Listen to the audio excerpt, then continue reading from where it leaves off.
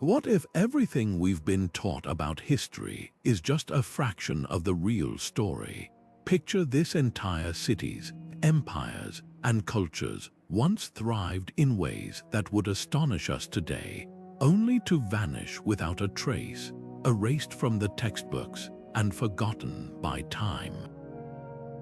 These aren't just gaps in our knowledge, they're missing chapters of humanity's grand saga, waiting to be rediscovered. Right now, you're about to step into a world where the past isn't as settled as it seems, where the echoes of lost civilizations whisper secrets that could rewrite what we thought we knew.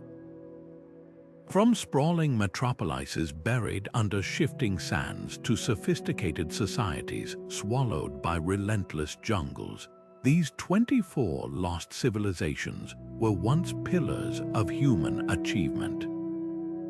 They built monumental structures, forged intricate trade networks, and developed technologies that defy our assumptions about ancient ingenuity. Yet somehow, their stories were sidelined, overlooked, or simply erased. Why? Was it conquest, natural disaster, or something even more mysterious? The answers lie hidden in ruins, artifacts, and the faint traces they left behind, clues that challenge the mainstream narrative of history. This isn't just a journey through time, it's an exploration of human resilience, creativity, and the enduring quest to leave a mark on the world.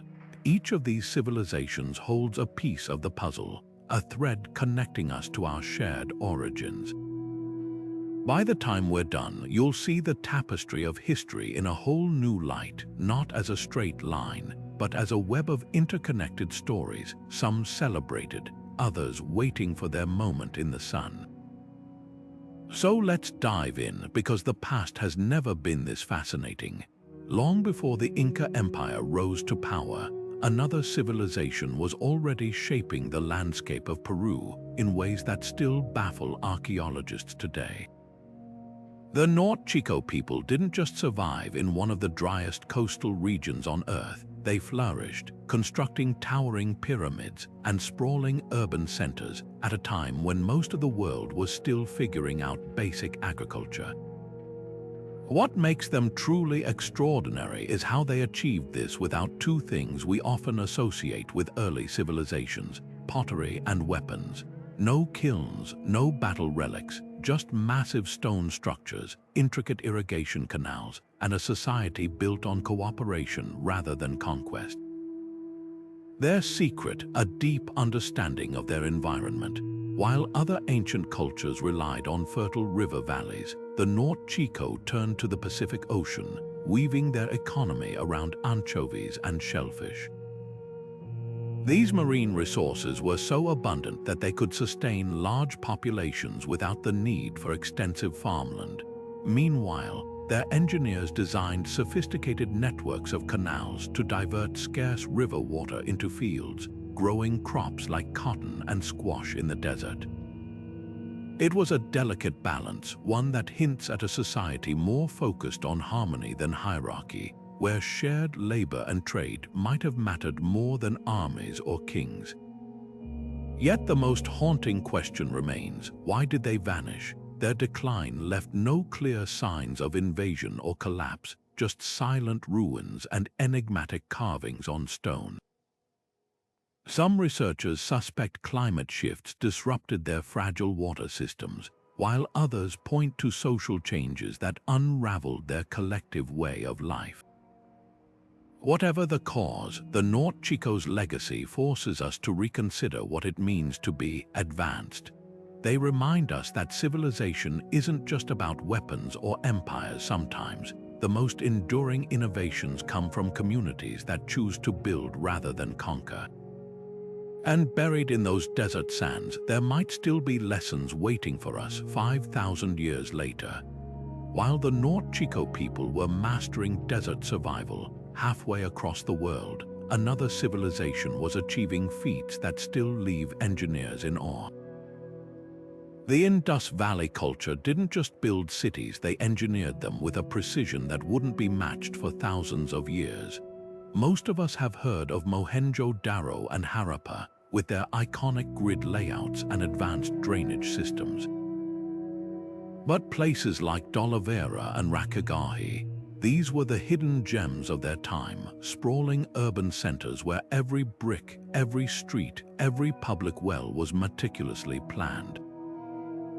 Imagine walking down a straight, paved road in 2600 BC, passing multi-story houses with indoor bathrooms, all connected to an underground sewer system. This wasn't just functionality, it was a vision of urban living that felt centuries ahead of its time. What's truly remarkable is how little we know about the people behind these marvels. Their script, etched onto tiny seals and tablets, remains undeciphered, a silent language that holds the keys to their daily lives, their beliefs, their very names. Without it, we're left piecing together their story through archaeology. Take their water management. Dolavera, built on a parched island in modern-day India, featured a series of intricate reservoirs carved into stone, capable of holding millions of gallons. This wasn't just survival, it was a mastery of environment that suggests deep scientific understanding. And then there's the absence: no grand temples, no evidence of kings or wars, just a society that seemed to prioritize equality and public welfare. So what happened to them? Unlike the dramatic collapses of other ancient cultures, the Indus Valley's decline feels unsettlingly gradual. There's no layer of ash from invaders, no mass graves from catastrophe. Instead, the archaeological record shows shrinking cities, abandoned neighborhoods, and a slow unraveling over centuries. Some experts point to shifting river patterns as the once reliable Saraswati River dried up, disrupting trade and agriculture. Others suggest internal shifts, perhaps a breakdown in their carefully balanced social order. But here's the twist: their influence didn't disappear. From India's earliest sanitation practices to urban designs that echo their grid systems, the Indus Valley's DNA is woven into South Asia's cultural fabric. They may have faded, but their innovations became the quiet foundation for everything that followed. Perhaps that's their real legacy, not just the bricks and drains, but the idea that a civilization can thrive without pyramids or palaces, leaving behind something far subtler but no less revolutionary. And with every new excavation, we're one step closer to hearing their forgotten voices. The Minoans didn't just live on Crete. They transformed it into the beating heart of the ancient Mediterranean, a dazzling civilization so ahead of its time that it feels almost mythical. Picture luminous frescoes of leaping dolphins, labyrinthine palaces with flush toilets, and a fleet so powerful that no rival dared challenge their dominance of the seas. This was a society where women played central roles in religion and governance, where artists celebrated nature's beauty with vibrant colors still bright after 3,500 years, and where the sport of bull leaping wasn't just spectacle but possibly a sacred ritual. The grandeur of their capital, Knossos, with its 3,000-room complex and advanced ventilation systems, makes you wonder, how did a culture this sophisticated vanish from history's spotlight? Their maritime prowess was unmatched. While most Bronze Age kingdoms clung to coastal settlements, the Minoans built trading posts from Egypt to Sardinia, dealing in saffron, olive oil, and exquisite pottery. Their ships, painted with octopus motifs, carried not just goods but ideas, architectural styles, artistic techniques, and maybe even the blueprint for democracy long before Athens claimed it. And then there's their greatest mystery, Linear A. Unlike the deciphered Linear B used by later Greeks, these cryptic symbols etched onto clay tablets guard the Minoans' daily records, contracts, and perhaps even their literature. Without cracking this code, we're left guessing at the poetry they might have written or the laws they lived by. But their downfall is where history gets tangled. The colossal eruption of Thera, a volcanic island 70 miles north, once seemed the obvious culprit, a cataclysm so violent it may have inspired Plato's tale of Atlantis.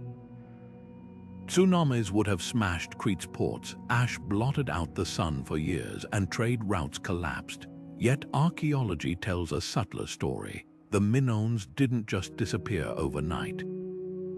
Their palaces were rebuilt after the disaster, their art evolved, and their culture persisted for generations. So what finally undid them? Some point to invaders, the Mycenaeans, who adopted Minoan styles while erasing their predecessors. Others blame internal strife or the slow decay of their trade networks. What lingers is their legacy. Those bull-leaping frescoes, they echo in Spanish corridors and Wall Street's charging bull statue. Their snake goddess figurines hint at a spirituality that revered nature's cycles, and their architectural genius, from light wells to earthquake-resistant foundations, still informs modern design. The Minoans remind us that civilizations don't always fall with a bang. Sometimes they fade, leaving behind fragments so beautiful that we can't help but try to piece them back together. And maybe, buried beneath Crete's olive groves, Linear A's secrets still wait to whisper their truth. While the Minoans dazzled the Mediterranean, another civilization was rising along the Nile's southern stretches, one that would eventually humble even the mighty pharaohs. The kingdom of Kush didn't just neighbor ancient Egypt. It became its ruler, its rival, and in many ways its equal. Imagine a society so resilient that it weathered centuries of Egyptian domination only to emerge stronger, forging an empire whose influence stretched from the deserts of Sudan to the gates of Jerusalem. Their capital, Meroe, became a furnace of innovation where iron smelters burned day and night, producing weapons and tools that fueled trade networks reaching as far as India. And yet, for all their achievements, Kush remains relegated to the footnotes of history, overshadowed by its northern neighbor. What makes Kush extraordinary isn't just their military triumphs, like the 25th dynasty, when Kushite kings like Pi and Taharqa sat on Egypt's throne, but their deliberate resistance to cultural erasure. While they adopted Egyptian gods and hieroglyphs early on, Kush later reclaimed its identity, developing a unique script still undeciphered today, and worshipping its own lion-headed god, Apedemak. Their pyramids clustered at Meroe tell this story in stone. Sharper and more compact than Egypt's, these structures weren't mere copies. They were declarations of independence, built with a precision that suggests advanced astronomy and engineering. And beneath them lay treasures that reveal a cosmopolitan society. Roman glass, Indian pearls, and intricate jewelry crafted from African gold. But Kush's real power lay in its adaptability. When Assyrian invaders pushed them out of Egypt, they didn't collapse, they pivoted. Meroe became a hub of iron production, its furnaces reaching temperatures unmatched elsewhere in Africa. Their artisans perfected the lost wax technique for bronze casting, creating sculptures so lifelike they rival Greek masterpieces. Meanwhile, their queens, known as Candakes, led armies and negotiated treaties, with Ammonionas famously battling Roman legions to a standstill. Archaeologists now uncover evidence of a sprawling bureaucracy, with tax records and irrigation plans hinting at a governance system as complex as any in the ancient world. So why did Kush fade? Climate change likely played a role, as desertification choked the Nile's tributaries. But their legacy didn't vanish. It seeped into the DNA of African kingdoms like Axum and Canaan. The lesson here is profound. Kush thrived not by isolating itself, but by absorbing, adapting, and ultimately transcending the shadows of empires. Their story isn't just African history. It's a missing chapter in humanity's shared narrative waiting to be read. Deep in the steamy jungles of what's now Mexico, the Olmecs were quietly laying the groundwork for every civilization that would follow in the Americas long before the Maya etched their first calendar or the Aztecs built Tenochtitlan. Their most iconic creations, those haunting colossal heads carved from basalt, weigh up to 24 tons each, yet were transported over 50 miles without wheels or pack animals. How? That's just one of the mysteries surrounding this enigmatic culture. But the Olmecs weren't just master sculptors. They were innovators who gifted Mesoamerica with its earliest writing system, a complex calendar, and even the concept of the sacred ball game, a ritual so central it echoed through 1,000 years of history. What's striking about their cities, like La Venta with its towering pyramid and hidden offerings of jade axes, is how deeply spiritual their world was. They buried elaborate mosaics beneath their plazas, unseen by human eyes, as gifts to the gods. Their obsession with jade wasn't just artistic, it was cosmic, believing the green stone held the power of life itself. And then there's rubber. The Olmecs weren't just the first to harvest latex from rainforest trees. They shaped it into balls for their games, into figurines for rituals, even into waterproof coatings. This wasn't just utility, it was alchemy, turning tree sap into something magical. Yet the greatest puzzle isn't how they lived, it's where they came from. Their art features faces with distinctly African or Asian features, sparking wild theories about transoceanic contact. But mainstream archaeology points to a homegrown origin, suggesting the Olmecs might have been heirs to an even older, still unknown culture. Their sudden decline around 400 BC is equally baffling. At San Lorenzo, their earliest major city, monuments were deliberately mutilated and buried, as if ritually killed. Was it civil war, environmental collapse, a revolt against rulers who'd grown too powerful? The answers might lie in the ruins of lesser-known sites like El Manotti, where wooden busts and rubber balls were preserved in sacred springs for millennia. The Olmecs didn't just vanish, they dissolved into the DNA of later cultures.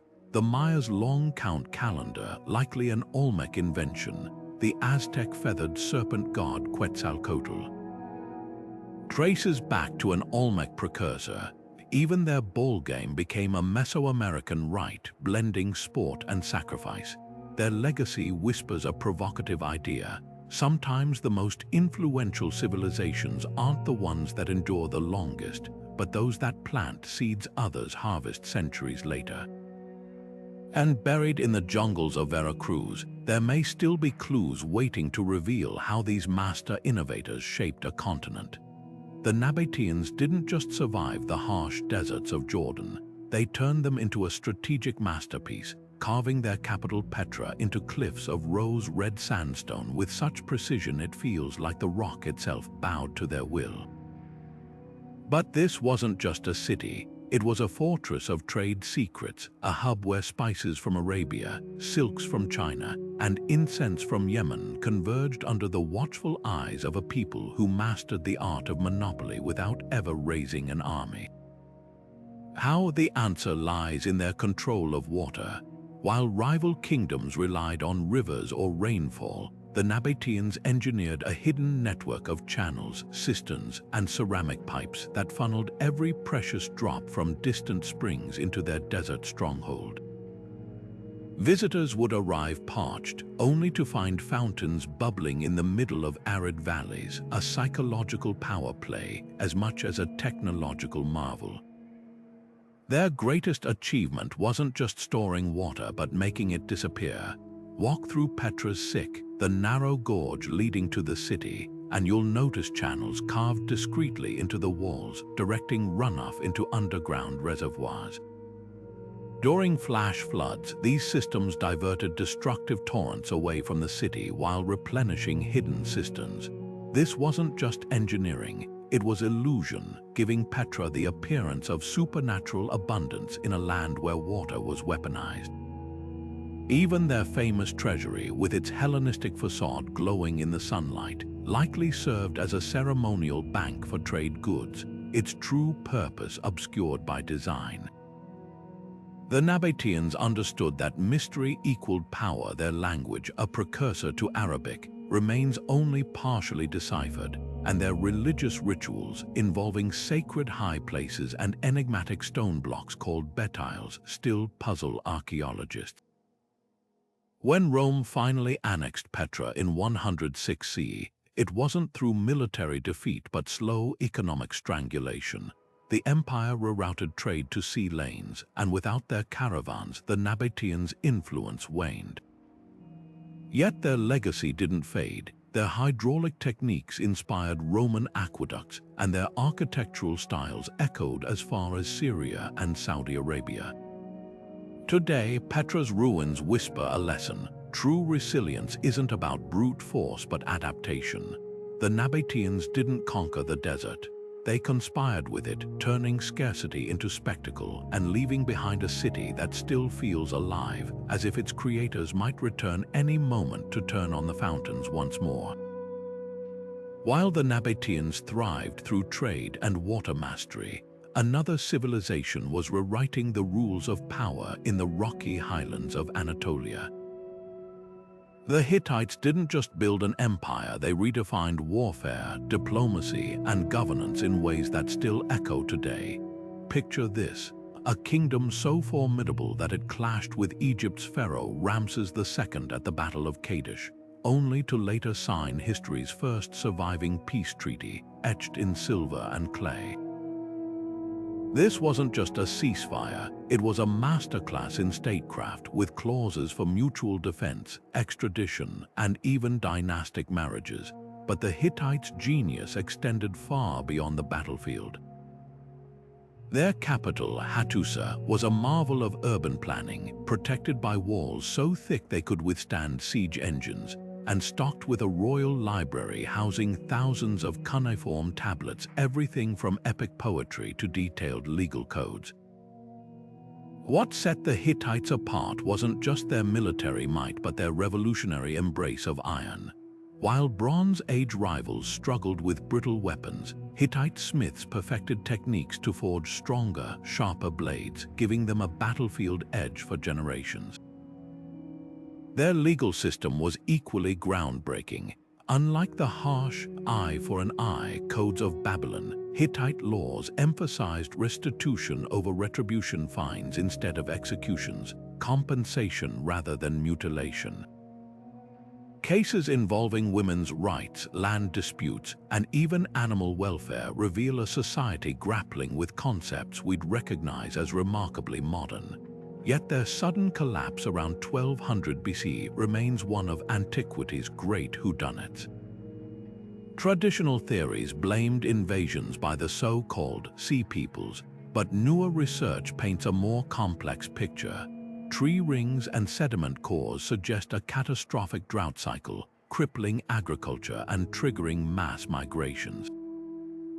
At the same time, clay tablets from Hattusa's final years hint at civil wars and palace coups, as rival factions tore the empire apart from within.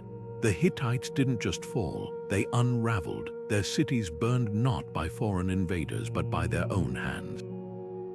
But here's the twist: their legacy didn't die with their empire. The secret of ironworking spread, revolutionizing tools and weapons across the Mediterranean.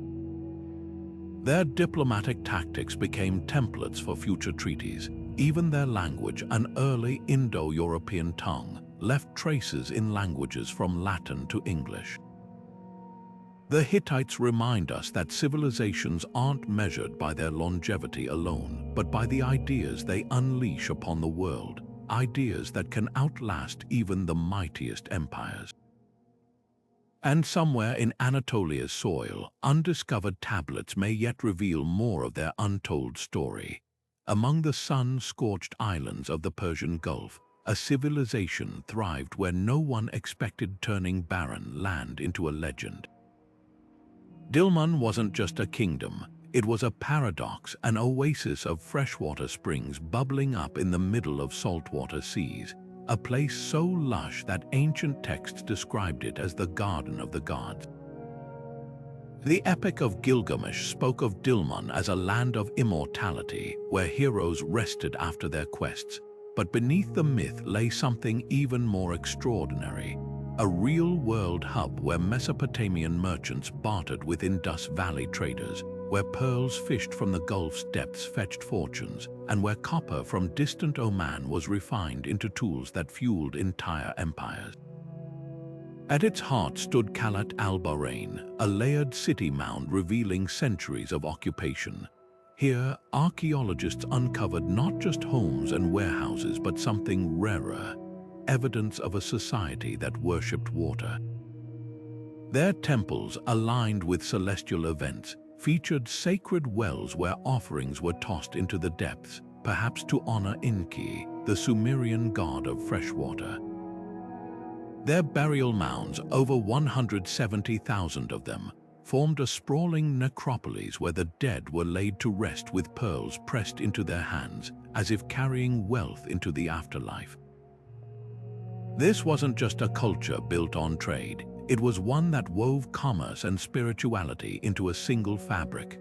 What truly set Dilmun apart was its mastery of scarcity. In a region where drinkable water was rarer than gold, they engineered systems to channel underground springs into communal pools and irrigation channels, creating farmland where none should exist. Their sailors navigated the Gulf's treacherous currents to establish trade routes so vital that when Mesopotamian texts listed the gifts of Dilmun, they included ivory from Africa, lapis lazuli from Afghanistan, and carnelian from India, proof of a network stretching halfway across the ancient world. Yet by 600 BC, Dilmun's influence waned. Unlike civilizations felled by invasion or disaster, this was a slow fading, like a tide receding. Some blame shifting trade routes as Persian powers rose, others point to the exhaustion of those life-giving springs. But perhaps the most poetic theory suggests Dilmun didn't vanish, it evolved, its legacy absorbed by later cultures like the Phoenicians, who may have borrowed their seafaring techniques. Today, as Bahrain's skyscrapers rise over those ancient mounds, the lesson lingers. Even paradises are fleeting, but the ideas they spark can outlast the sands that bury them. Far to the east of the Mediterranean, in China's wind-swept Tarim Basin, the desert sands guard one of archaeology's most perplexing secrets. Here, beneath the shifting dunes of the Taklamakan, lie mummies so perfectly preserved their eyelashes still flutter in the dry air, but it's their faces that stop historians in their tracks. High cheekbones, reddish-blonde hair, and woven woolen garments patterned in twill that wouldn't look out of place in Bronze Age Europe. These aren't the ancient Chinese ancestors you'd expect. They're Caucasian-featured individuals who called this remote corner of Asia home over 4,000 years ago, centuries before the Silk Road connected east and west. The most famous among them, the so-called Beauty of Lulan, wears a felt hat and leather boots, her features frozen in serene repose. Beside her, a man nicknamed Chechen Man sports a crimson tunic and trousers with woven spirals, a design echoing Celtic motifs from thousands of miles away. Even more startling are their burial customs, boat-shaped coffins covered with cattle hides, a practice seen in the steppe cultures of Ukraine but never in China. How did these people reach the heart of Asia?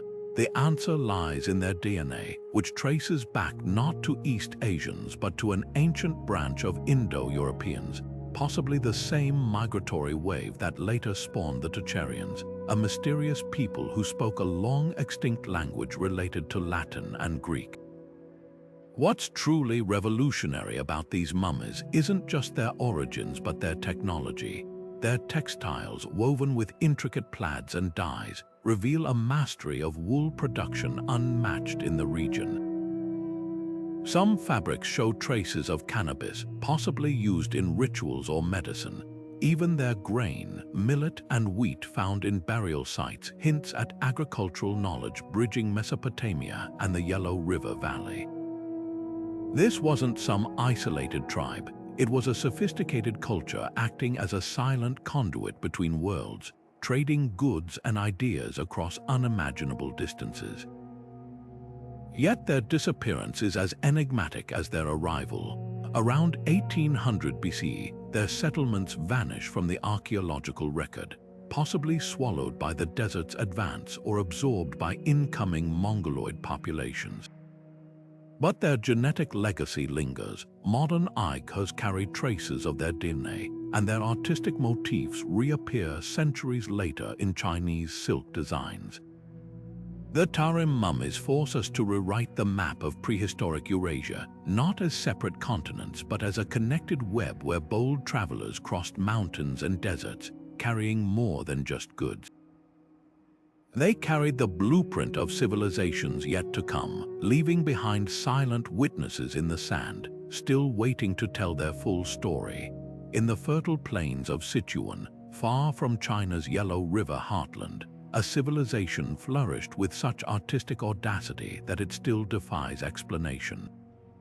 The Sanxingdui people didn't just create art, they conjured nightmares and dreams in bronze, crafting masks with bulging eyes and angular faces so alien they could belong to another world. Their statues, some towering over 8 feet tall, depict figures with elongated limbs and conical headdresses, as if the artists were channeling visions from the cosmos. Unlike the Shang dynasty to the north, with its inscribed oracle bones and ancestor worship, Sanxingdui left no written records, just a silent gallery of artifacts so strange they forced historians to rewrite the narrative of ancient China. The turning point came in 1986, when farmers digging a ditch unearthed 2 sacrificial pits brimming with treasures. Gold foil masks, jade blades, and bronze trees with dangling leaves and perched birds suggested a cosmology unlike anything seen before.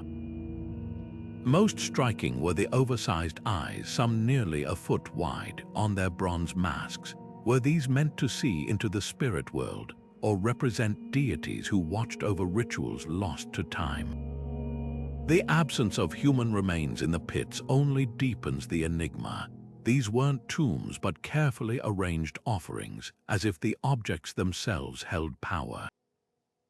Archaeologists found evidence that many artifacts were deliberately broken before burial, a practice seen in cultures from Ireland to Peru, hinting at a shared ritual language across the ancient world.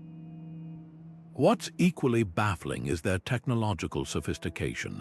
Their bronze casting techniques using precise alloys and piece mold methods rivaled, and in some cases surpassed, the Shang dynasties. Yet their artistic vision was utterly distinct. While the Shang focused on practical vessels and ancestor portraits, Sanxingdui's creations feel hallucinatory, blending human and animal traits into forms that straddle the line between deity and monster. A recurring motif is the fusion of bird and human features, suggesting a reverence for flight or messengers between realms. Some scholars speculate these artifacts depict shamanic transformations, while others see echoes of lost creation myths. Then, around 1200 BC, their culture vanished. No invasion, no natural disaster, just silence. One theory points to an earthquake altering the course of the nearby Min River, disrupting agriculture. Another suggests they migrated south, possibly seeding the later Dian culture in Yunnan, but the most tantalizing clue lies in their art's faint echoes. The later Shu kingdom, which rose in the same region, inherited their bronze working skills, and some motifs like the emphasis on eyes resurface in Sichuan's folk art millennia later. Sanxingdui's legacy isn't just in what they left behind, but in the questions they force us to ask. How many other civilizations thrived outside history's spotlight, their stories buried not in texts but in the earth, waiting for a chance to speak again? Long before Rome became the eternal city, the Etruscans held sway over Italy with a sophistication that still leaves archaeologists marveling. This wasn't just another Bronze Age culture.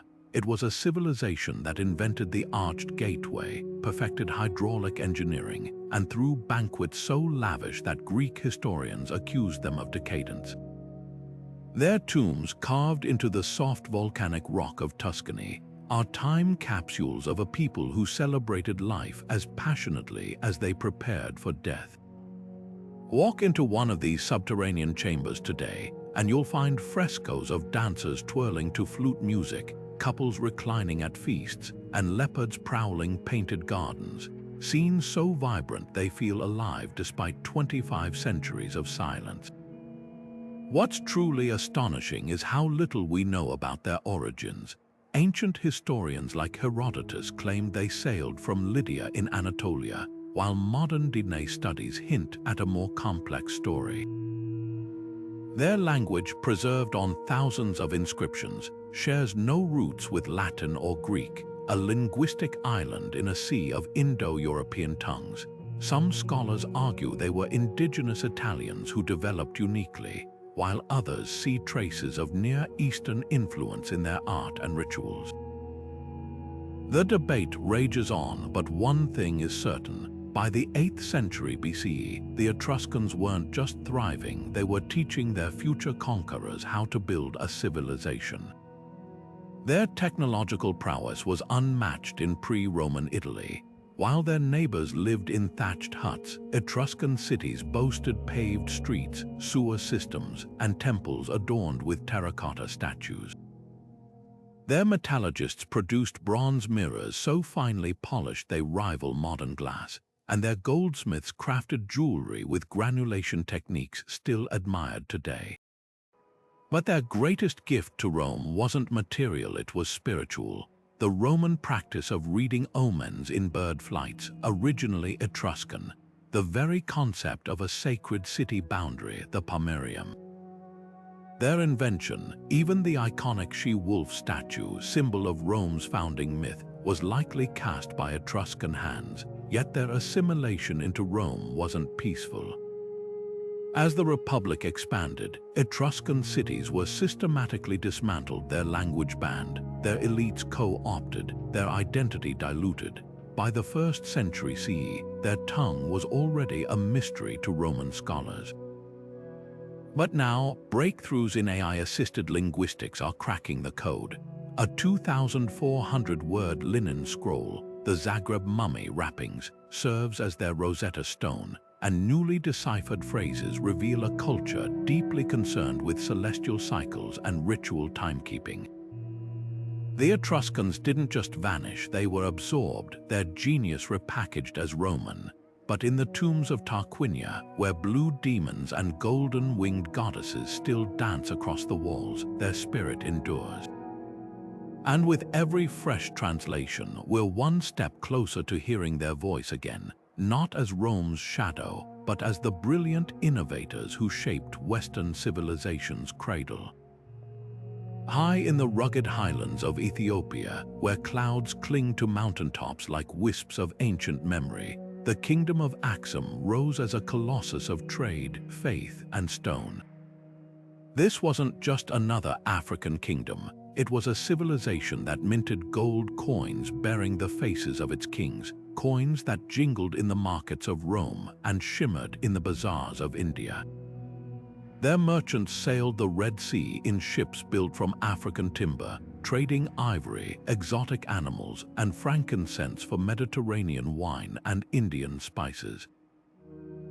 At its peak, Axum's influence stretched from the Nile to Arabia, a testament to what happened when Africa's ingenuity met the world's demand. What truly set Axum apart was its audacity in stone. The stelae, those towering obelisks carved from single blocks of granite, still pierce the sky today, some reaching 90 feet, taller than a 6-story building. Imagine the engineering prowess required to quarry, transport, and erect these monoliths without pulleys or cranes, each one intricately carved with false doors and windows, as if marking passageways to another realm. The largest, now fallen, weighed an astonishing 500 tons, twice the heft of Rome's Lateran obelisk.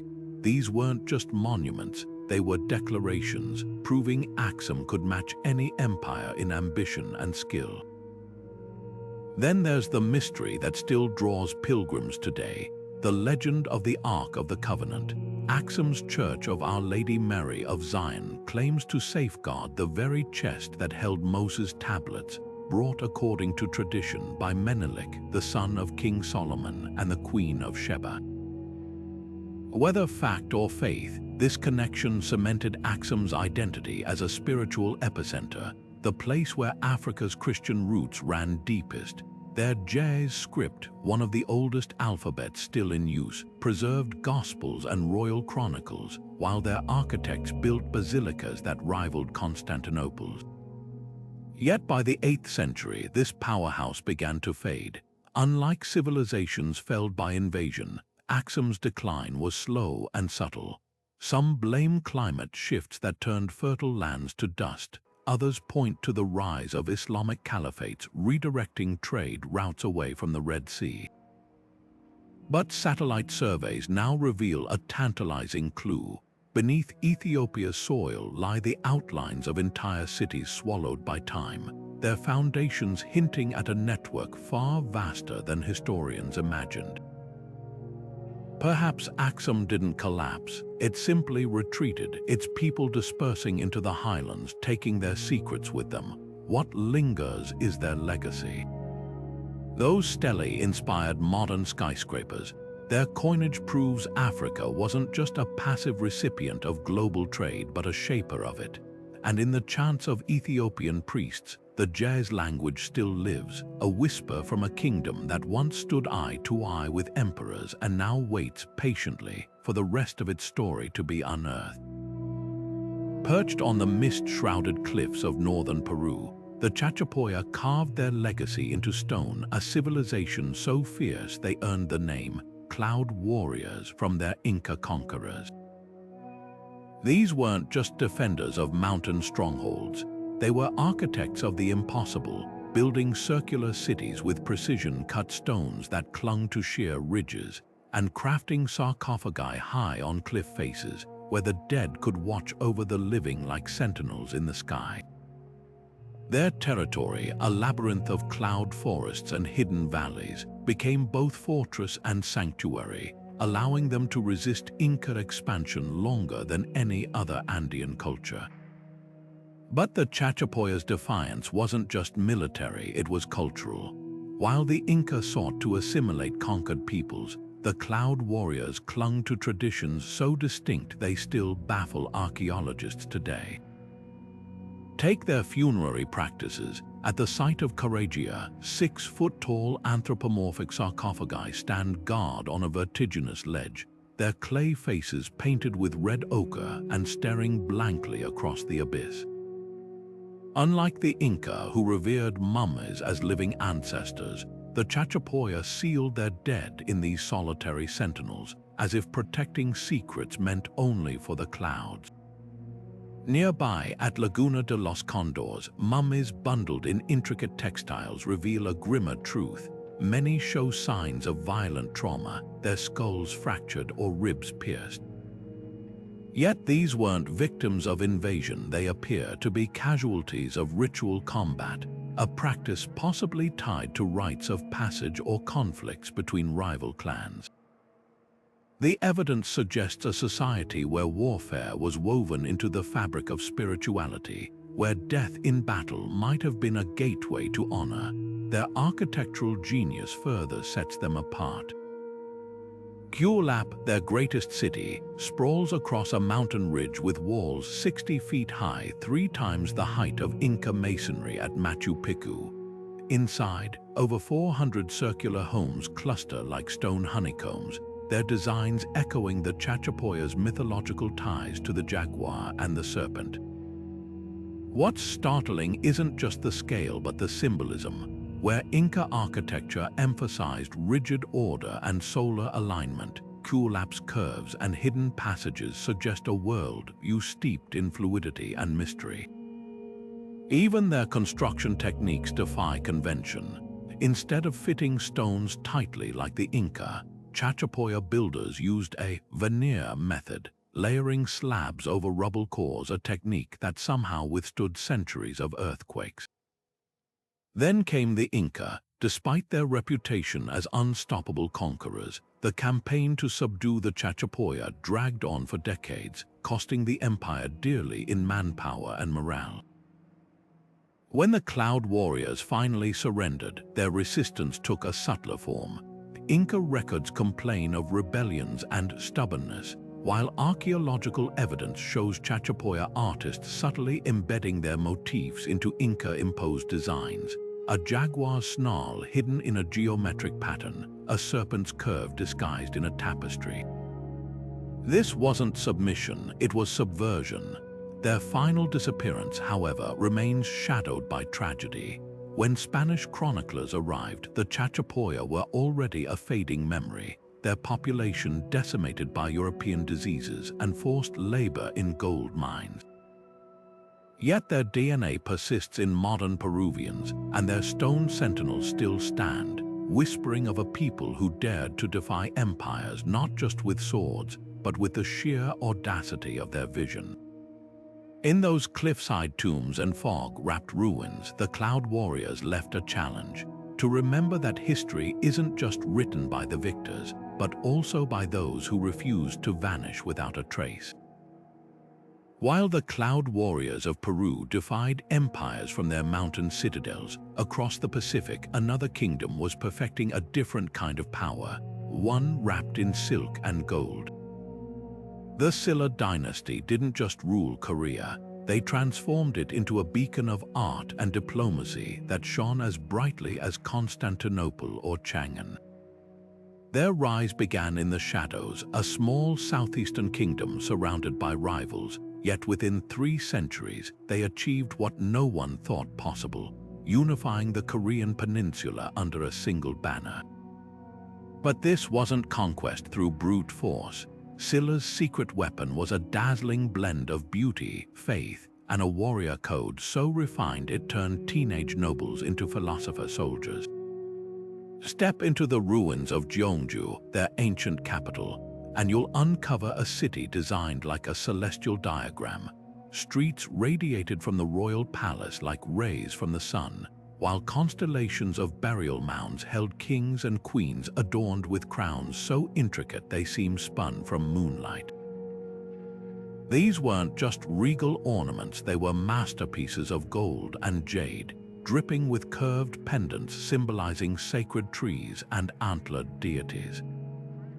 One crown, discovered in the tomb of a 5th century queen, bears tiny golden daggers and bells that would have chimed with her every movement, transforming rulership into performance art. But the real shock came when archaeologists noticed something peculiar. The gold's purity matched that of Roman coins found along the Silk Road. How?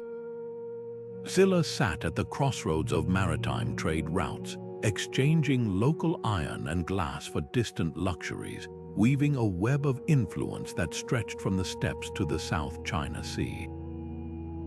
At the heart of their society stood the Warang, an elite order of young warriors who practiced martial arts alongside poetry and Buddhist meditation. Imagine knights who debated metaphysics before battle, their training manuals filled with lines like "Loyalty to the kingdom blooms from compassion for all beings."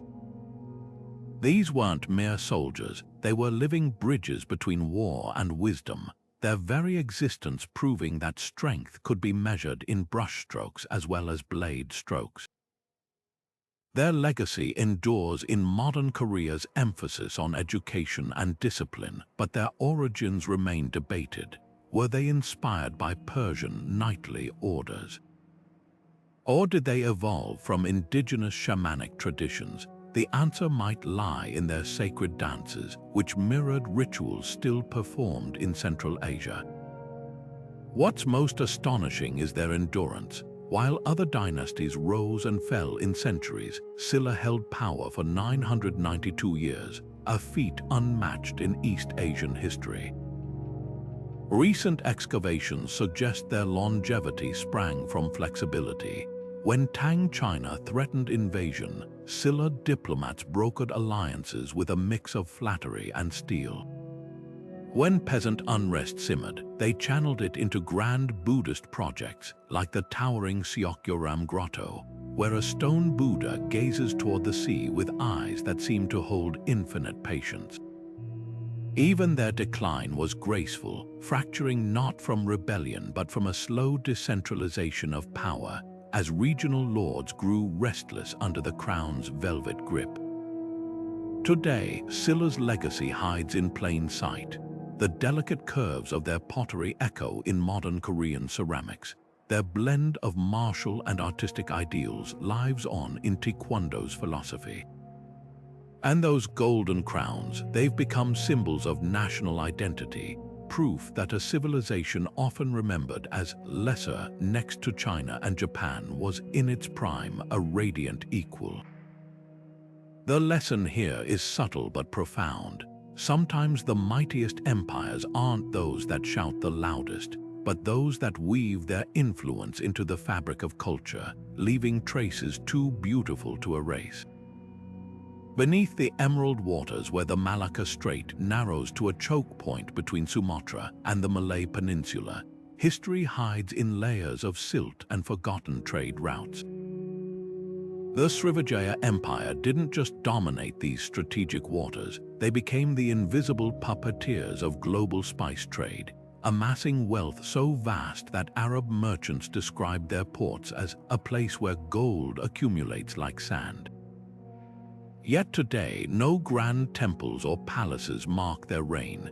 Their cities lie submerged, their story whispered not in stone but in the very currents they once commanded. This was a civilization built on liquid highways, where power wasn't measured in territory, but in control of the monsoon winds that carried ships from China to India. At their zenith between the 7th and 13th centuries, Srivijaya's influence stretched from Madagascar to the Philippines. Their secret, a blend of naval innovation and spiritual diplomacy. While European kingdoms were mired in feudal wars, Srivijayan sailors mastered the art of celestial navigation, using the stars to map routes across the Indian Ocean. Their ships, lashed together with flexible rope rather than rigid nails, could bend with storm waves without splintering, a technique later adopted by Chinese treasure fleets. But their real genius lay in understanding that trade required more than safe passage.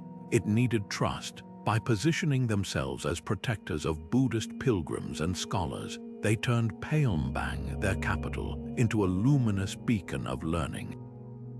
Chinese monks like Yijing stopped here for years to study Sanskrit texts before continuing to India, describing monasteries where the air hummed with debates between Hindu, Buddhist, and indigenous animist traditions. What's most astonishing is how little physical evidence they left behind. Unlike Angkor or Borobudur, Srivijaya's grandeur wasn't carved into mountains but woven into the tides. Recent underwater excavations near the Musi River have revealed a landscape of drowned wooden palaces and ceramic-laden shipwrecks, preserved in oxygen-starved mud that prevents decay. Divers have recovered gold ceremonial rings etched with Sanskrit mantras, bronze Buddha statues coated in sea anemones, and most tantalizing, a hoard of 9th century coins bearing the Srivijayan king's seal, found mingled with Persian silver and Tang dynasty porcelain. These artifacts suggest a cosmopolitan hub where cultures didn't just collide, they fused, creating a maritime Silk Road in miniature. Their decline reads like an ecological thriller. As sea levels rose due to medieval warming, their riverine capital began sinking. Deforestation upstream caused catastrophic siltation, choking the very harbors that fed their economy. By the time the Chola Empire of India launched naval raids in the 11th century, Srivijaya was already struggling, yet their legacy didn't drown. The Theravada Buddhism they helped spread still defines Southeast Asia today, from Thailand's temples to Myanmar's monasteries. Even their trade networks lived on, morphing into the routes that later brought Islam to the archipelago. The lesson of Srivijaya is hauntingly modern. Civilizations built on nature's mercy can vanish when that balance shifts.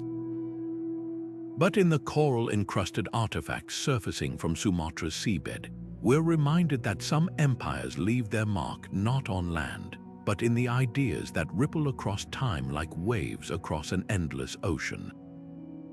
Deep in the heart of the Sahara, where today's endless dunes stretch like a golden ocean, the Garamantes carved out an empire that defies every stereotype about desert civilizations. This wasn't just a culture scraping by on the edges of survival. It was a sophisticated society that turned one of Earth's harshest environments into a thriving network of cities, farms, and trade routes.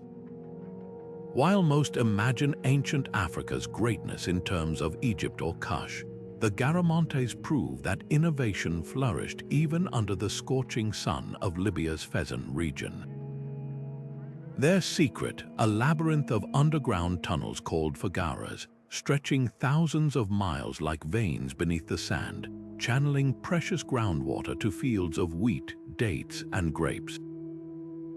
Imagine an entire agricultural economy hidden below the desert's surface, a feat of engineering so advanced it rivals Persia's famed qanats. But the Garamantes weren't just master hydrologists, they were warriors and traders who commanded the desert with sleek, horse-drawn chariots.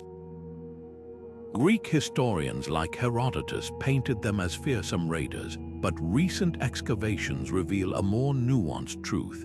Their fortified cities, like Germa, boasted multi-story buildings and public squares, while their artisans crafted intricate jewelry from Mediterranean coral and Saharan carnelian.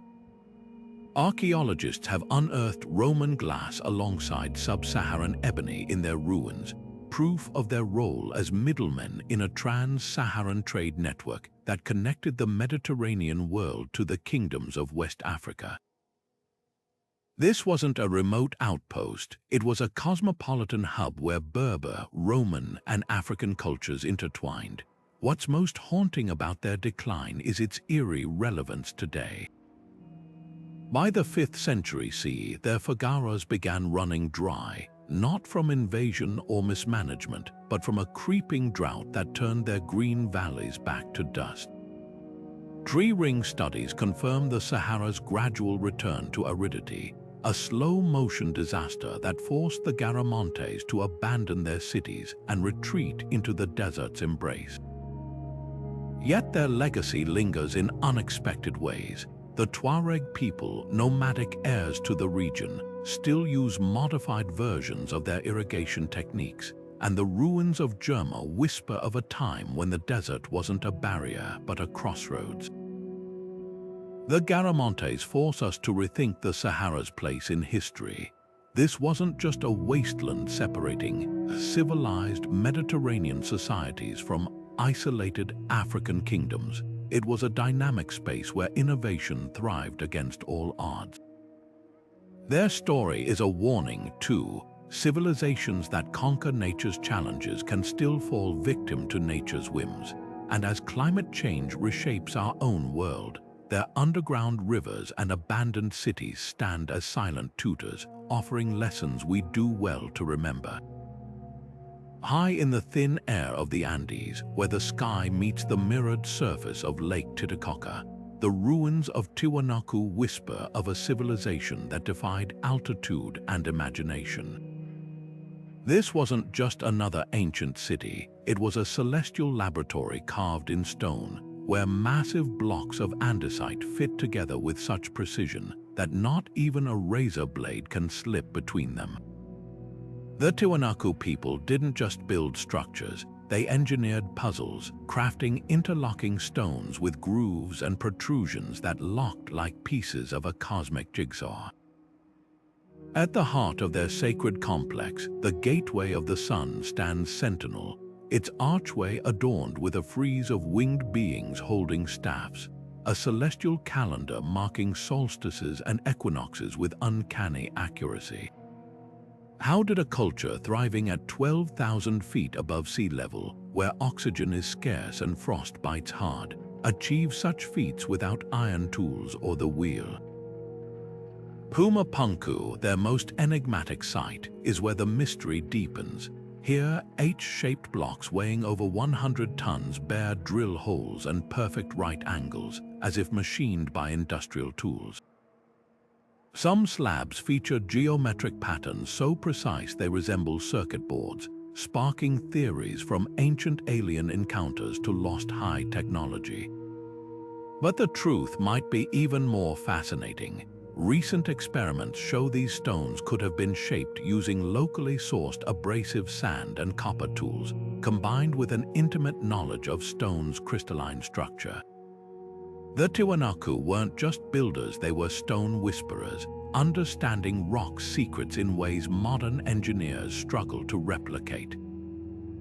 Their entire city was a testament to harmony. Canals channeled rainwater through temples, mirroring the Milky Way's path overhead, while raised fields called suka collis turned the harsh altiplano into a breadbasket, their warped design protecting crops from freezing winds.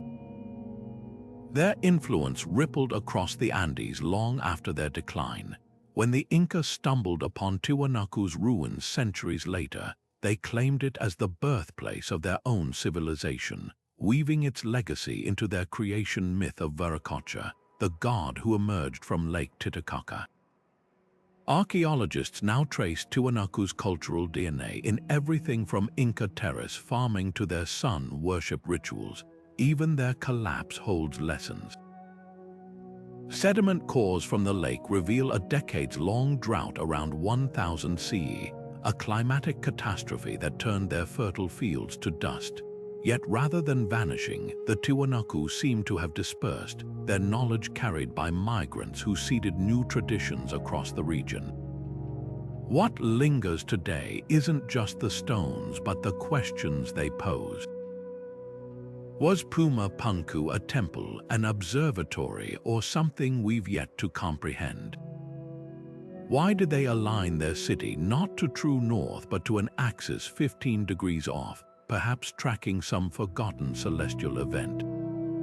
In the thin air of the Altiplano, where the sun burns bright and the stars press close, Tiwanaku's ruins remind us that some civilizations measure their greatness not in conquests, but in how deeply they read the sky and how stubbornly their stones refuse to give up their secrets.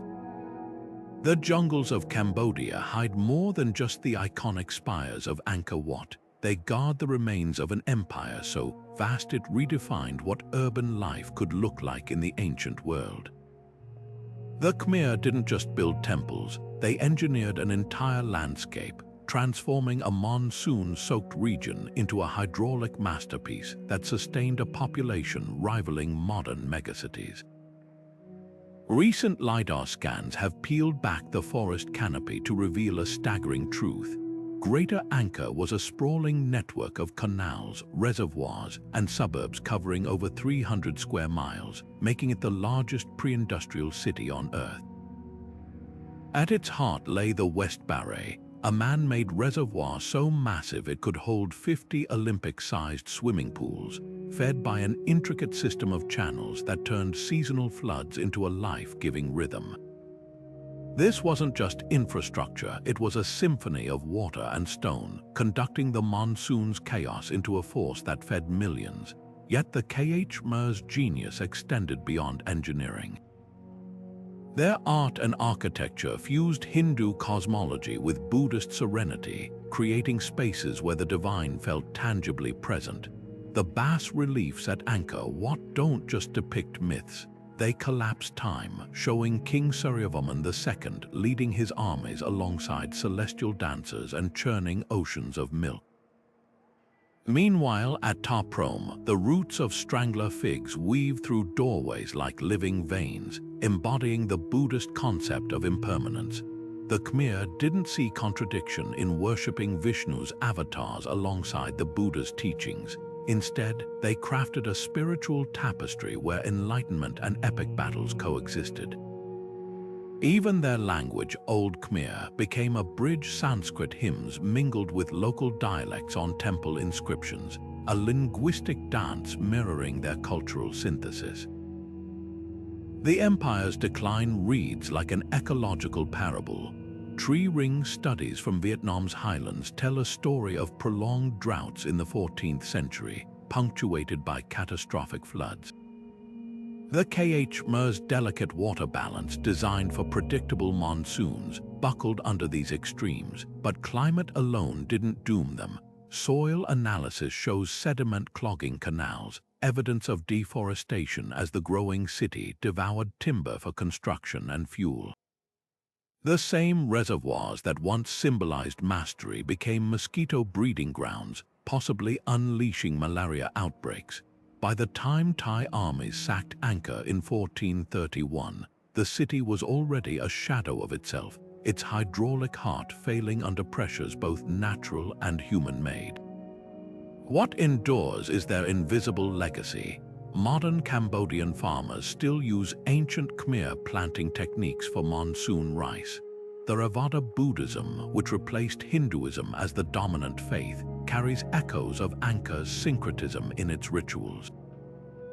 Even the iconic Smile of Angkor, seen in Bayon's towers, a face some scholars link to the Bodhisattva Avalokiteshvara, has become a national symbol, gazing serenely over a civilization that learned too late the cost of bending nature to its will. The lesson here isn't just about the past, it's about the fragility of even the grandest human achievements when the environment they depend on shifts beneath their feet. And as archaeologists uncover more suburbs beneath the jungle, we're reminded that some empires leave their deepest marks not in gold or conquests, but in the way they reshaped the land itself and the wisdom buried in its ruins. Long before the Benin bronzes or the Great Zimbabwe walls, the Nok people of central Nigeria were shaping Africa's artistic legacy with hands stained red from terracotta clay. These weren't just simple figurines, their sculptures captured human expressions with startling realism. A nobleman's furrowed brow, a dancer's mid-motion grace, even the intricate coils of hairstyles still worn in West Africa today. What's truly astonishing is their age. Carbon dating places these artifacts as far back as 500 BCE, making them the oldest known figurative art in sub-Saharan Africa. But the Nok didn't stop at artistry. Beneath those clay fragments lies evidence of a society that mastered iron smelting centuries before the technology reached medieval Europe. Their furnace designs so efficient they reached temperatures hot enough to liquefy steel. The mystery begins with their sudden appearance and disappearance. Unlike cultures that evolved gradually, the Nok seem to emerge fully formed, their distinctive terracotta style showing no clear predecessors. Their sculptures share uncanny similarities with later Yoruba art, from the elongated eyes to the elaborate jewelry, fueling debates about whether they were ancestral to one of Africa's most enduring civilizations. Yet by 200 CE, their villages vanish from the archaeological record. No ash layers from invasion, no mass graves from plague, just abandoned furnaces and buried figurines, as if the people simply walked away. Some researchers point to climate shifts. Pollen samples from the region show a drastic drop in tree cover around this time, possibly triggering food shortages. Others speculate their ironworking knowledge made them targets for slave raiders, their artisans forcibly dispersed to neighboring kingdoms. Recent excavations near Nigeria's Jos Plateau are rewriting the narrative. Instead of isolated artists, we're finding evidence of sprawling settlements with centralized governance. One dig uncovered a terraced hillside resembling an ancient amphitheater, suggesting communal gatherings or rituals. Nearby, slag heaps the size of small hills testify to industrial-scale metal production. Most tantalizing are the terracotta shards bearing traces of indigo and ochre. proof that these sculptures weren't the muted brown we see today, but vibrant, polychrome portraits meant to dazzle. The Knock's greatest legacy might be hidden in plain sight. Modern blacksmiths in Nigeria still use twin bellows furnaces nearly identical to those found at Knock sites, passing down techniques through generations. Their artistic influence echoes in the Benin bronze's naturalism and the Yoruba's sacred Ife heads. Perhaps they didn't vanish at all, their knowledge and aesthetics simply dissolved into the cultural bloodstream of West Africa, waiting for archaeology to tease their story back to the surface. As farmers still stumble over terracotta fragments while plowing fields, each discovery whispers a reminder. Some civilizations leave their mark not in grand monuments, but in the stubborn persistence of their craft. The Cucuteni Tripilia people didn't just build villages, they orchestrated them like grand performances, with fire as their final act. Across what's now Romania, Moldova, and Ukraine, they constructed sprawling settlements larger than many modern towns, some housing up to 15,000 people in concentric rings of clay-plastered homes. These weren't haphazard clusters of huts, but meticulously planned communities, with streets aligned to celestial events and communal kilns firing pottery adorned with hypnotic spirals, a motif so pervasive it feels like their signature. Then, like clockwork, every 60 years or so, they'd set their entire world ablaze, burning homes, temples, and workshops to the ground, in a ritual so deliberate that archaeologists find layers of ash stacked like chapters in a book. What kind of society voluntarily resets itself this way? The answer might lie in their radical egalitarianism.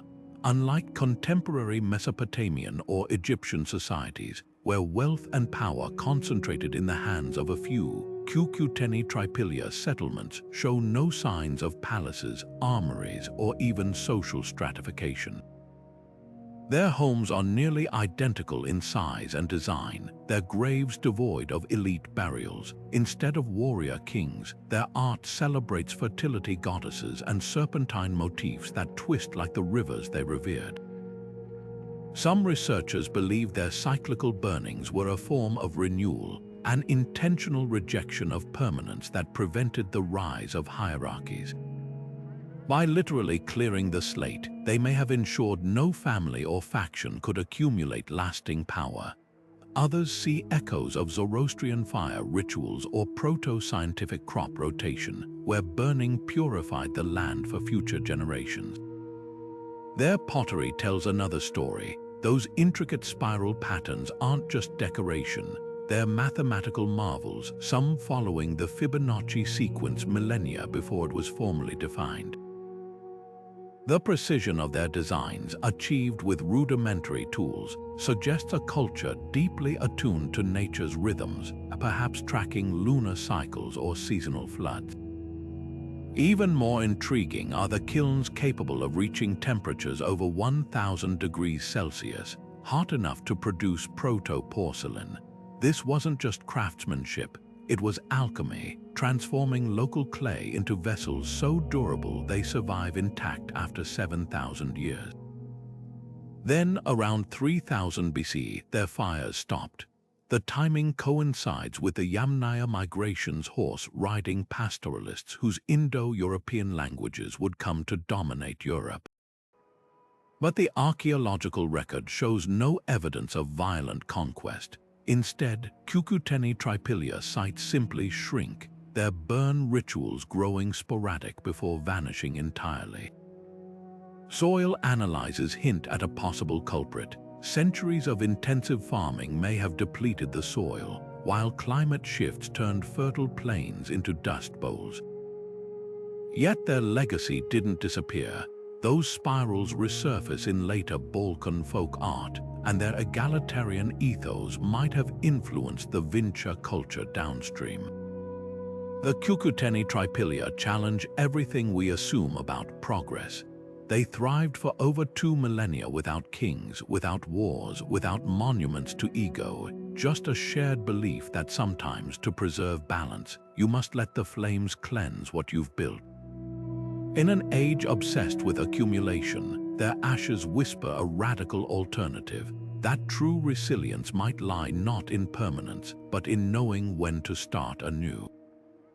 High in the misty peaks of Colombia's Sierra Nevada, where the jungle clings to slopes so steep they seem to defy gravity, the Tairona people carved a civilization as resilient as the mountains themselves. While the Spanish conquistadors ravaged coastal settlements in the 16th century, these master engineers and goldsmiths withdrew into their fortress of clouds, raising terraced cities that clung to ridges like eagles' nests. Their most famous stronghold, Ciudad Perdida, the Lost City, lay hidden for 4 centuries, its stone pathways and circular plazas swallowed by vines until 1972, when treasure hunters stumbled upon it by chance. But the real treasure wasn't gold. It was the blueprint for a society that thrived in harmony with the earth, a lesson we're only beginning to decipher. The Tairona's genius lay in their ability to sculpt the impossible. Where modern engineers would dynamite slopes, they built over 900 miles of terraces, each one a marvel of precision. These weren't just farms, they were hydrological masterpieces, channels woven into the stone diverted mountain rainwater to crops without causing erosion, while underground ducts prevented landslides. Their stonework fit together without mortar, yet withstood earthquakes that would topple modern buildings. Even more astonishing, their gold work. Tairona artisans crafted pendants and nose rings so intricate they seemed to breathe, depicting jaguars, bats, and shamans mid-transformation. Unlike the Spanish, who saw gold as currency, the Tairona revered it as the sweat of the sun, a sacred material for connecting to the spirit world. Resistance defined them. When Spanish forces under Gonzalo Jiménez de Quesada pushed into their territory in 1536, expecting an easy conquest, they met guerrilla warfare unlike anything in Europe. The Tairona lured armored soldiers into narrow mountain passes where ambushes awaited, using blow darts tipped with poison from golden frogs. For 70 years, they held the invaders at bay, until a brutal campaign of massacres and forced relocations finally broke their cities. Yet they didn't vanish. Their descendants, the Kogi people, retreated even higher into the mountains, where they've guarded ancestral knowledge for 500 years. Today, the Kogi call themselves the Elder Brothers, warning that the Younger Brothers' modern civilization are destroying Earth's balance. Their prophecies, eerily precise, predicted deforestation and climate change decades before scientists confirmed them. In their secluded villages, priests called Mummies still conduct rituals to repair the world's energy, using Tairona-era artifacts as conduits. Archaeologists now realize these aren't just superstitions. The Tairona's terraces and water systems reveal an advanced understanding of ecology we're only now rediscovering. LiDAR scans suggest more lost cities may lie hidden under the jungle, each one a potential key to sustainable living. The Tairona's legacy isn't just in the gold museums display or the ruins tourists hike to see. It's in the quiet persistence of the Kogi, who tend sacred sites where the earth's heartbeat is strongest. Their message, carried down from Tairona ancestors, feels urgent now. Civilizations that forget their bond with nature don't just fall, they unravel the very world that sustains them. And somewhere in those misty peaks, the stones of Ciudad Perdida still whisper that there's another way. The Mekong Delta today pulses with floating markets and rice barges, but 15 centuries ago, these waters cradled a kingdom so wealthy that Chinese ambassadors wrote home in disbelief. Funan wasn't just a Southeast Asian power, it was a cultural alchemist blending Hindu gods with indigenous spirits, Sanskrit scrolls with Khmer dialects, and Indian trade routes with local ingenuity. Picture a Venice of the tropics, where canals stretched like blue threads between stilted palaces and temples, where sailors from Rome to Canton bartered pearls for spices under the gaze of stone deities half Shiva, half crocodile. This was a civilization built on liquid highways, turning the delta's seasonal floods into an economic superhighway long before the Khmer Empire rose to prominence.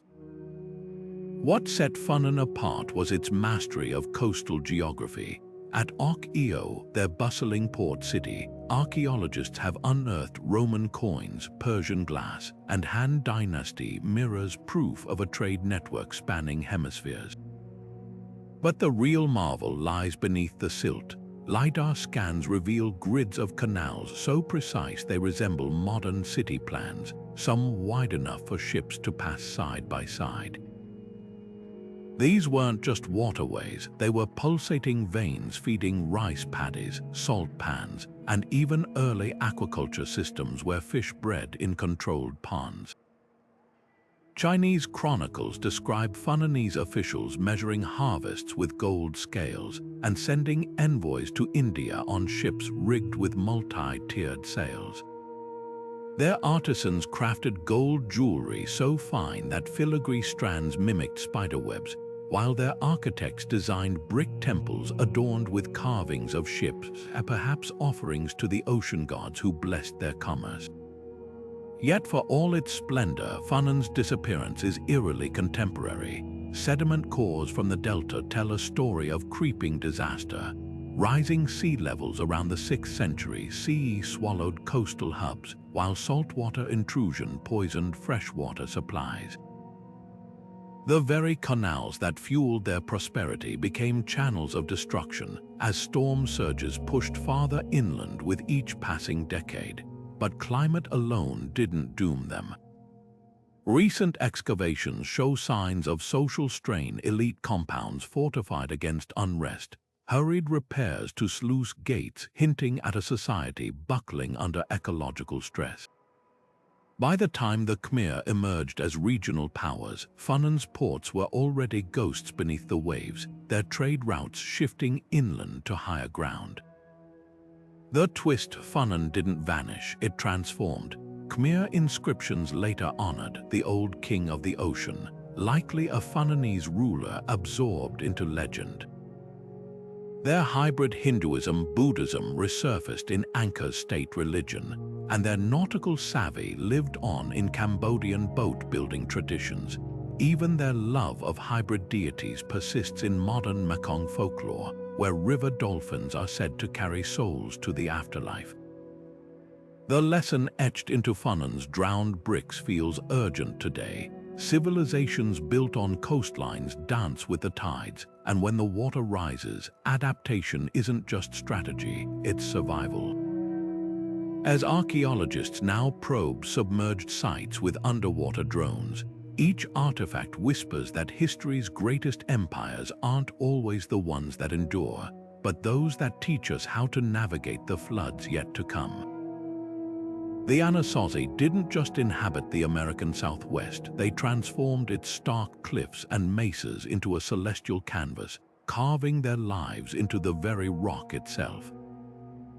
Picture dwellings stacked like honeycombs against sheer canyon walls, accessible only by hand, and tow trails that would make modern climbers pause. These weren't just homes, they were fortresses against time, built with stones fitted so tightly that even today, 900 years later, you can't slip a knife blade between them. At Choco Canyon, their spiritual and economic hub, great houses rose 4 stories high with hundreds of rooms, connected by roads that arrowed straight across the desert for miles, roads that seemed to lead nowhere unless you considered the stars. What's truly remarkable isn't just their architecture but what it reveals about their world. The Anasazi's Kiva's circular, subterranean chambers weren't just meeting spaces, they were portals. Aligned with solstice sunbeams and lunar standstills, these sacred rooms doubled as astronomical observatories. At Pueblo Bonito, the largest great house, a petroglyph known as the sun dagger marks summer solstice with a blade of light that slices perfectly through a spiral carving, a Stone Age calendar as precise as it is beautiful. Their pottery tells another story, black on white swirls and intricate geometric patterns that may have served as maps of the cosmos, each line a constellation or a prayer for rain. Yet their greatest mystery isn't how they lived, it's why they left. Around 1300 CE, the cliff dwellings emptied, not with the clamor of invasion but with an eerie quiet. Tree rings from the period tell a grim tale, a 50-year drought, the worst in 8 centuries, turning already arid lands into dust bowls. But climate alone doesn't explain the cracked skulls found in some kivas or the burned granaries. Was it warfare, a revolt against rulers who failed to bring rain? The answer might lie in the migration paths. Unlike vanished civilizations that left no heirs, the Anasazi's descendants are still here. The Hopi, Zuni, and other Pueblo peoples carry forward their traditions, kiva ceremonies, corn genetics, even words for celestial events preserved across generations. Modern archaeology is revealing another twist. The Anasazi may not have collapsed at all. Scattered across the southwest, smaller settlements thrived after Choco's abandonment, adapting to drier conditions with ingenious water catchment systems. Their legacy isn't just in ruins but in resilience, a lesson etched into canyon walls about the delicate balance between human ambition and the Earth's generosity. As today's droughts deepen, those empty cliff dwellings stand as silent sentinels, reminding us that civilizations don't always end. Sometimes they simply change shape, like clouds reforming after the storm. The Tartessos civilization wasn't just another Bronze Age kingdom. It was a shimmering enigma, a land so wealthy that Greek writers like Herodotus described its rulers gifting silver thrones to foreign envoys. Nestled in what's now Andalusia, Spain, this culture thrived at the crossroads of Mediterranean trade, blending Phoenician savvy with indigenous Iberian traditions into something entirely unique. Their capital, possibly buried under the modern-day marshes of Doñana National Park, was said to be a marvel of its time, with temples adorned in silver and a script so distinct it looks like no other writing system in the ancient world. Recent excavations have uncovered ivory combs, gold jewelry, and pottery etched with mysterious symbols, proof that Tartessos wasn't just a legend but a sophisticated society with its own identity. What sets them apart isn't just their material wealth but their cultural hybridity. Phoenician traders, drawn by the region's legendary silver mines, settled among the Tartessians, bringing with them techniques like metalworking and the alphabet. But instead of simply copying their visitors, the Tartessians remixed these influences into something new. Their art features lions and sphinxes alongside local motifs like stags and sunbursts, while their language preserved on a handful of stelae remains stubbornly undeciphered. Some scholars believe it's an early form of Celtic, while others argue for a lost tongue unrelated to any known family. The only certainty, these inscriptions hold the key to understanding a civilization that balanced outside inspiration with fierce independence. Then there's the mystery of their disappearance. Around 500 BC, Tartessos vanishes from historical records. Greek accounts mention a catastrophic tsunami or river flood swallowing their cities, and geologists have indeed found evidence of seismic activity along the Iberian coast around that time. But newer theories suggest a slower unraveling. Overmining of silver depleted their economic base, while shifting trade routes left them isolated. The final blow may have come from Carthaginian rivals who saw Tartessos as a threat to their Mediterranean dominance. Whatever the cause, their legacy didn't fully vanish. Elements of Tartessian culture resurface in later Iberian tribes, and their mythic status endured, with some even linking them to the Atlantis legend.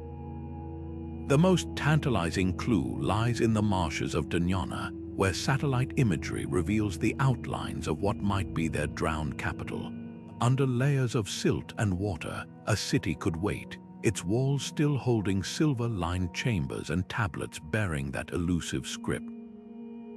Until then, Tartessos remains a reminder that some civilizations don't just disappear, they dissolve into the landscape, leaving behind riddles wrapped in river mud and whispers of forgotten kings. From the deserts of Peru to the jungles of Cambodia, these 24 lost civilizations remind us that history is far richer than textbooks suggest. Each crumbling wall, each artifact pulled from the earth, each undeciphered script forces us to reconsider what we thought we knew about human potential. The Norte Chico thrived without weapons, the Garamantes turned deserts into farmlands, and the Srivijaya built an empire on tides rather than territory, proof that innovation isn't a straight line but a sprawling web of experiments, some forgotten, some waiting to be rediscovered. What's haunting isn't just how these cultures vanished, but how narrowly they escaped being erased entirely.